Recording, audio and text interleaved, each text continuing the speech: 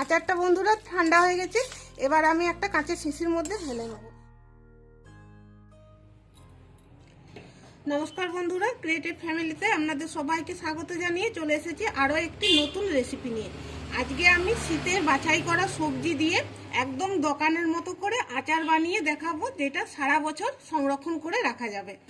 এখানে আমি নিয়েছি ফুলকপি, মটরশুঁটি, গাজর, বিনস, কাঁচা লঙ্কা, আদা আর রসুন। এগুলোকে আমি ছোট ছোট করে কেটে নিয়ে ভালো করে ধুয়ে জলটা ঝরিয়ে রেখে দিয়েছি। এবার এখানে দেখুন আমি একটা মশলা বানাবো, সেই জন্য নিয়েছি 2 রকমের সর্ষে, গোটা জিরে, মৌরি, গোটা ধনে, অল্প করে একটু মেথি নিয়েছি, আর নিয়েছি একটু রাঁধুনি। এখানে যে পরিমাণ আমি সবজি নিয়েছি সেই অনুযায়ী এখানে আমি মশলাটা নিয়েছি। তো বন্ধুরা, আপনারা বানালে যেরকম সবজি নেবেন সেই অনুযায়ী আপনাদেরকেও মশলাটা আন্দাজ করে নিতে হবে। এই মশলাগুলোকে আমি প্রথমে শুকনো কড়াইয়ে ভেজে নিচ্ছি। কড়াইটা গরম হয়ে গেছে, এবার একে একে আমি এই মশলাগুলোকে দিয়ে দিচ্ছি। গ্যাসের আঁচটা মিডিয়ামে রেখে এই মশলাটা ভেজে নিতে হবে, হালকা করে ভাজতে হবে। মশলাটা পুড়িয়ে নেওয়া যাবে না, মশলাটা পুড়িয়ে দিলে মশলার যে একটা সুগন্ধ, সেই সুগন্ধটা নষ্ট হয়ে যাবে। মশলাটা ভাজা হয়ে গেছে আর মশলার থেকে একটা সুন্দর গন্ধ বের হয়েছে। গ্যাসটা অফ করে দিয়েছি, এবার আমি মশলাটাকে নামিয়ে নিচ্ছি। এটা একটু ঠান্ডা করে আর গুঁড়ো করে নেব। এবার কড়াইয়ে আমি সরষের তেল দিচ্ছি। এখানে আমি সবজি অনুযায়ী 200 গ্রাম সরষের তেল নিলাম। এবার এই তেলের মধ্যে দিয়ে দিচ্ছি রসুন কুচানো,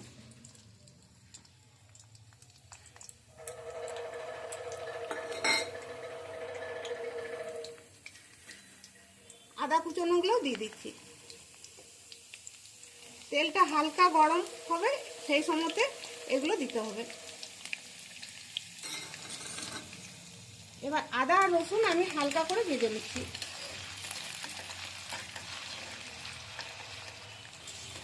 হালকা করে ভেজে নিয়েছি, এবার দিয়ে দিচ্ছি কাঁচা লঙ্কা। এগুলো কয়েক সেকেন্ড আমি নেড়ে নিচ্ছি।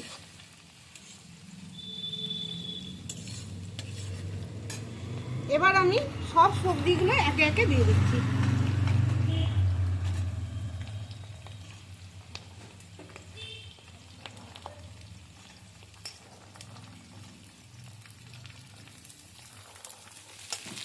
এবার ভালো করে একসঙ্গে সবগুলোকে মিশিয়ে দিচ্ছি। গ্যাসের আঁচটা আমি এখন ফুলেই রেখেছি। এবার এটাতে ঢাকা দিয়ে চলবে না, ঢাকা ছাড়াই এভাবে নেড়ে চেড়ে একটু রান্না করে নিতে হবে। এবার আমি দিচ্ছি নুন। নুনটা স্বাদ মতো দিচ্ছি, অল্প একটু বিট নুন দিচ্ছি, হলুদের গুঁড়ো পরিমাণ মতো।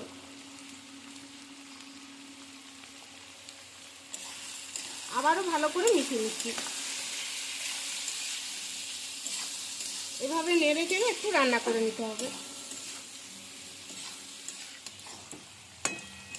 এই দেখুন, এগুলো অনবরত এইভাবে নাড়তে হবে। নাড়তে নাড়তে দেখা যাবে যে অনেকটা নুয়ে যাবে। নুয়ে যাবে মানে একটু সিদ্ধ হয়ে গেলেই কমে যাবে, সেটাকেই নুয়ে যাওয়া বলছি। তো এইভাবে নাড়া বন্ধ করা চলবে না, নাড়া বন্ধ করলেই তলাতে লেগে যাবে, তার ফলে আচারটাও ভালো হবে না।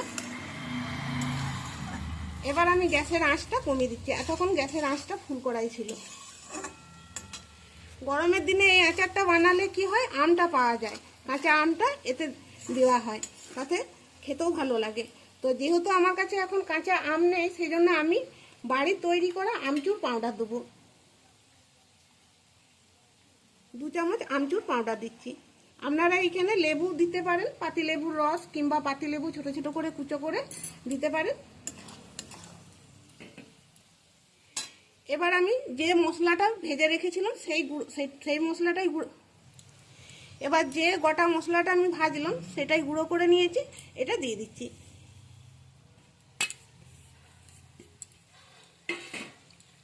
এবার ভালো করে মিশিয়ে নিচ্ছি। গ্যাসটা এখন একদম অফ করে দিচ্ছি।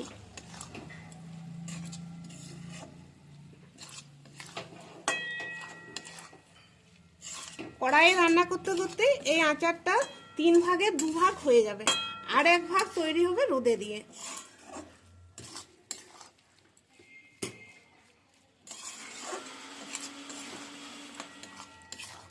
বন্ধুরা, আজকের এই রেসিপির ভিডিওটি ভালো লাগলে লাইক শেয়ার কমেন্ট করবেন, চ্যানেলটিকে সাবস্ক্রাইব করে আমাদের পাশে থাকবেন, আর সবার সাথে একটু বেশি করে শেয়ার করে দিবেন যাতে সবাই আমার বানানো রেসিপি দেখতে পায়। এ দেখুন খুব ভালো করে মিশিয়ে দিয়েছি। এবার আচারটাকে সারা বছর সংরক্ষণ করে রাখার জন্য, ভালো থাকার জন্য একটা জিনিস মিশাবো। এখানে আমি ভিনিগার নিয়েছি। আচারটা যতটা আছে সেই পরিমাণ অনুযায়ী এখানে আমি 2 চামচ ভিনিগার দিচ্ছি।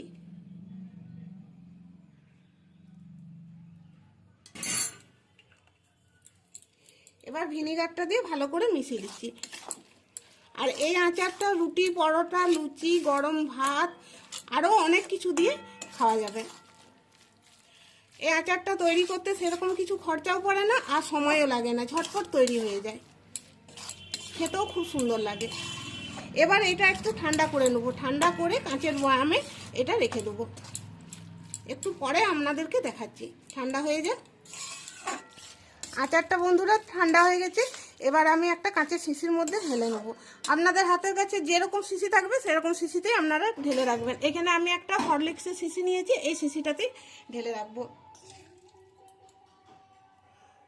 তাহলে বন্ধুরা, এরকম শীতের বাছাই করা সবজি দিয়ে একদম দোকানের মতো করে আচার বানালে একদম দোকানের মতো তৈরি হবে, আর যেটা সারা বছর আপনারা সংরক্ষণ করে রাখতে পারবেন। আর এই আচারটা বানাতে খরচাও কম, আর সময় লাগে খুব কম, আর খেতে তো হয় দুর্দান্ত। ভাত, রুটি, লুচি, পরোটা যে কোনো দিয়ে আপনি এই আচারটা খেতে পারবেন। এমনকি বাড়িতে অতিথি এলে এই আচারটা যদি আপনি তাকে খাওয়ান, দেখবেন আপনার কাছে জানতে চাইবে যে আচারটা আপনি কিভাবে বা কেমন করে বানিয়েছেন।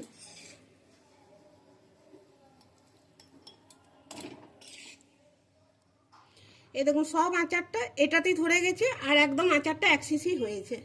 এবার দেখুন এখানে আমি একটা ডাবুতে সর্ষের তেল গরম করে ঠান্ডা করে নিয়েছি, এই তেলটা এর মধ্যে দিয়ে দিচ্ছি। তেল দিলে অবশ্যই গরম করে ঠান্ডা করে তারপরে তেলটা দেবেন। এবার এই আচারটা এমনিতেই অর্ধেক তৈরি হয়ে গেছে, এখনও আপনারা খেতে পারেন, বা এটা মোটামুটি দিন 7 রোদ দিলে আচারটা একদম সম্পূর্ণ তৈরি হয়ে যাবে। তাহলে বন্ধুরা, আশা করছি ভালো লেগেছে ভিডিওটি। লাইক শেয়ার কমেন্ট করবেন, চ্যানেলটিকে সাবস্ক্রাইব করে রাখবেন এরকম নিত্য নতুন রেসিপি পেতে। ভিডিওটি এইখানেই শেষ করছি। সবাই ভালো থাকবেন, সুস্থ থাকবেন, ধন্যবাদ।